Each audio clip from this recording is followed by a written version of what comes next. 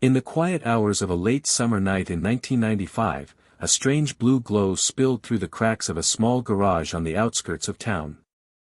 The neighbors thought it was just the inventor at work again, the eccentric man who never seemed to sleep.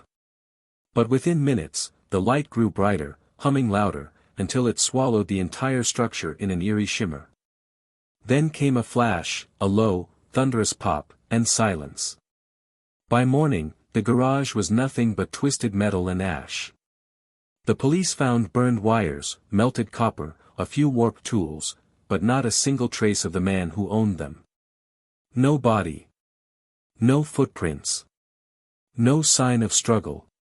Only one strange note pinned to the inside of the scorched door. It's not about time. It's about perspective. From that night forward, he was gone. But 3 years later, the man who disappeared in that fire walked into a cafe 2 towns over, alive, older, but strangely calm, and claimed he had traveled through layers of reality. Before he became a legend whispered about on online forums and conspiracy radio shows, he was simply Elias Rowe, a quiet electrical engineer with an insatiable curiosity.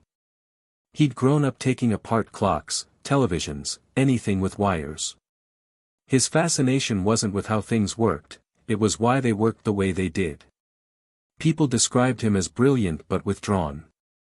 He lived alone, rarely spoke at the hardware store except to ask for copper of a specific gauge or a transformer that could handle resonance frequencies. He had a small, unassuming house with a garage full of coils, oscilloscopes, and strange devices humming softly at all hours.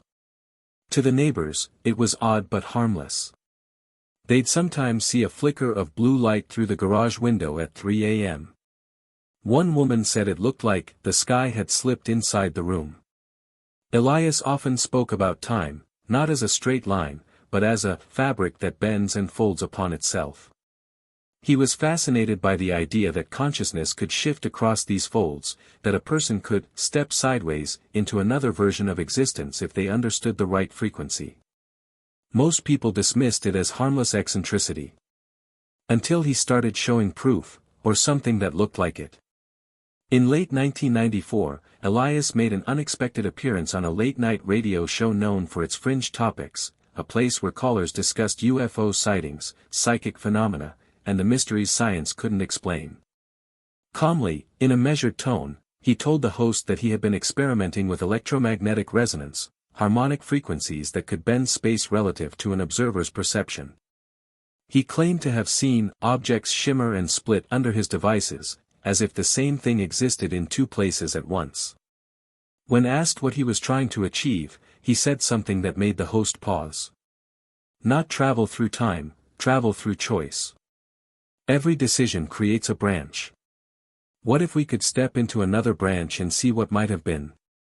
Listeners were fascinated. Some thought it was genius, others thought he was delusional. But one listener took his words too seriously, and the consequences would change everything. A month after that broadcast, Elias's garage was broken into. The police report noted that someone had pried open the side window and stolen several notebooks and pieces of equipment. Elias told neighbors that whoever took it didn't understand what they'd taken. When asked to explain, he said only this. If you tune the frequency wrong, you don't see another world. You lose this one. It sounded like the kind of cryptic warning that eccentrics like to say, until the night the blue light returned. Witnesses said the glow was brighter than anything before, accompanied by a hum that rattled the windows for 2 blocks. Then came the flash.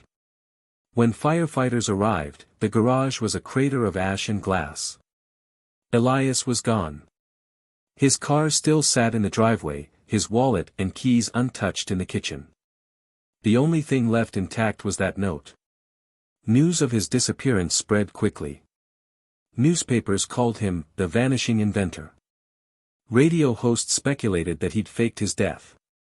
Online forums, still new in the mid-90s, began spinning theories. He'd been taken by the government. He'd stepped into another dimension. He'd triggered a small-scale energy implosion that erased him. Police searched the nearby woods, the local river, even abandoned mines, but there was nothing. Not a single trace of him, not even a bone fragment.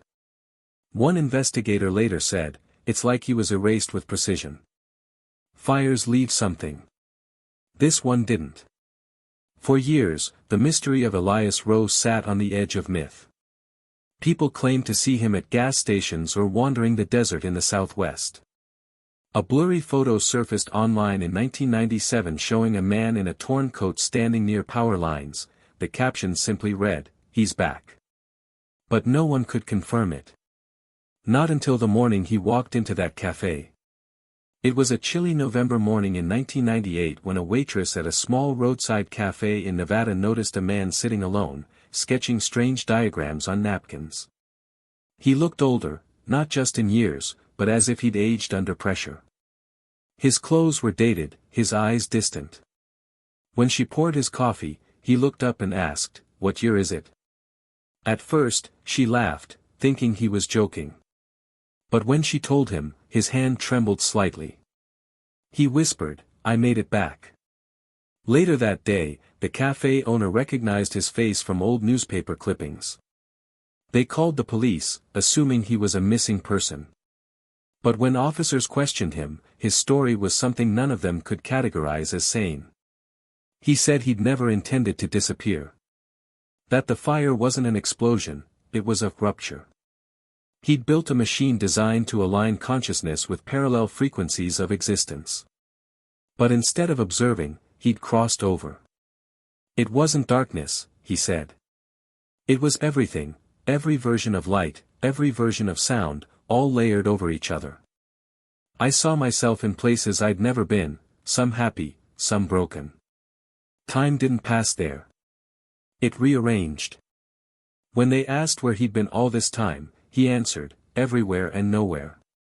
I've been lost in the folds." Elias described what he called perspective travel. He claimed that reality isn't one continuous timeline, but an infinite set of perspectives, layers stacked together like pages in a book. We only perceive one page at a time, but the others still exist, playing out every possible version of our choices.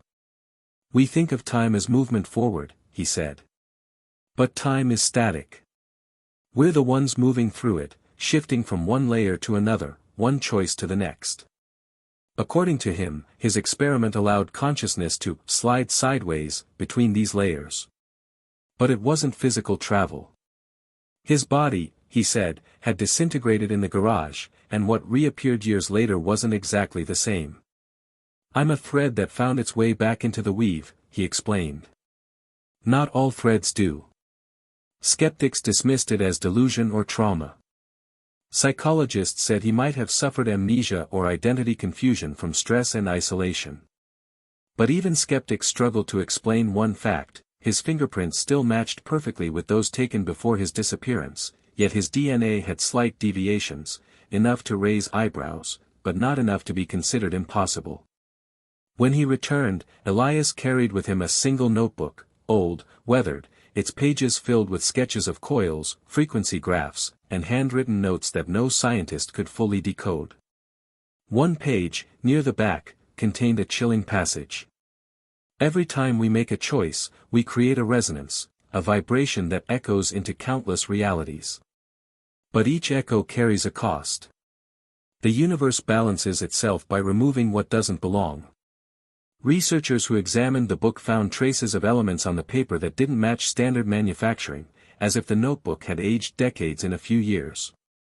When asked how he returned, Elias said, "I stopped trying to find time. I followed emotion instead, regret was the key." He described seeing every mistake he'd ever made, every choice he'd ever avoided. Each one, he said, was a door. By walking through the right, emotional resonance, he realigned with the version of himself that still existed here. "You don't travel through machines," he said. "You travel through understanding." After his reappearance, the story spread across talk shows and newspapers. Some hailed him as a visionary, proof that human consciousness could transcend physical reality. Others labeled him a fraud seeking attention. A group of physicists reviewed his claims and found them philosophically interesting but scientifically impossible. Yet they couldn't explain how he'd survived 3 years without aging consistently, or why the chemical composition of his belongings didn't align with normal oxidation rates. Conspiracy forums claimed the government took his remaining notes. Others said he vanished again shortly after, living under a new name in South America. To this day, there are no official records of his death. Just silence, as if the man who'd once stepped out of the world had simply decided to step back in. The deeper truth behind Elias's story might not be scientific at all. Maybe it was never about traveling through dimensions or breaking the laws of physics. Maybe, perspective travel, was his metaphor for something more human, how our regrets and choices shape the realities we live in. Perhaps he wasn't trying to escape time, but to understand it. To find a way to exist without being haunted by what could have been. When asked, in one of his last interviews, whether he regretted his experiment, he smiled faintly and said, "Regret is proof that we remember the other paths." Maybe that's what déjà vu really is, our mind catching echoes of the lives we didn't choose. He paused, looked at the interviewer, and added, "If you could see all versions of yourself, every choice, every mistake, you'd realize the universe isn't punishing you. It's giving you infinite chances to become who you were meant to be." A few months after that interview, Elias disappeared again. No fire this time. No blue light. Just an empty house and an unlocked door. His tools were gone. His notebook was missing. On the wall of his garage, scrawled in chalk, were the same words that had started it all. It's not about time. It's about perspective. Some say he died alone in the desert. Others believe he finally succeeded, that he found the right frequency, the one that leads not to another place, but to another understanding. Whatever the truth is, his story endures, not because it proves that time travel or dimensional crossing is real, but because it reminds us of something deeper. The mysteries we chase often reflect the ones we carry inside ourselves.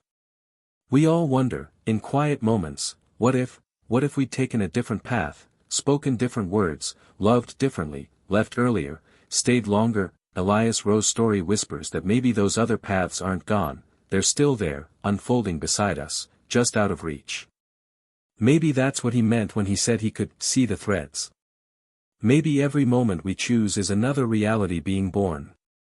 And maybe, just maybe, when we close our eyes at night and feel a flash of memory from a life we never lived, it's because some part of us has been there.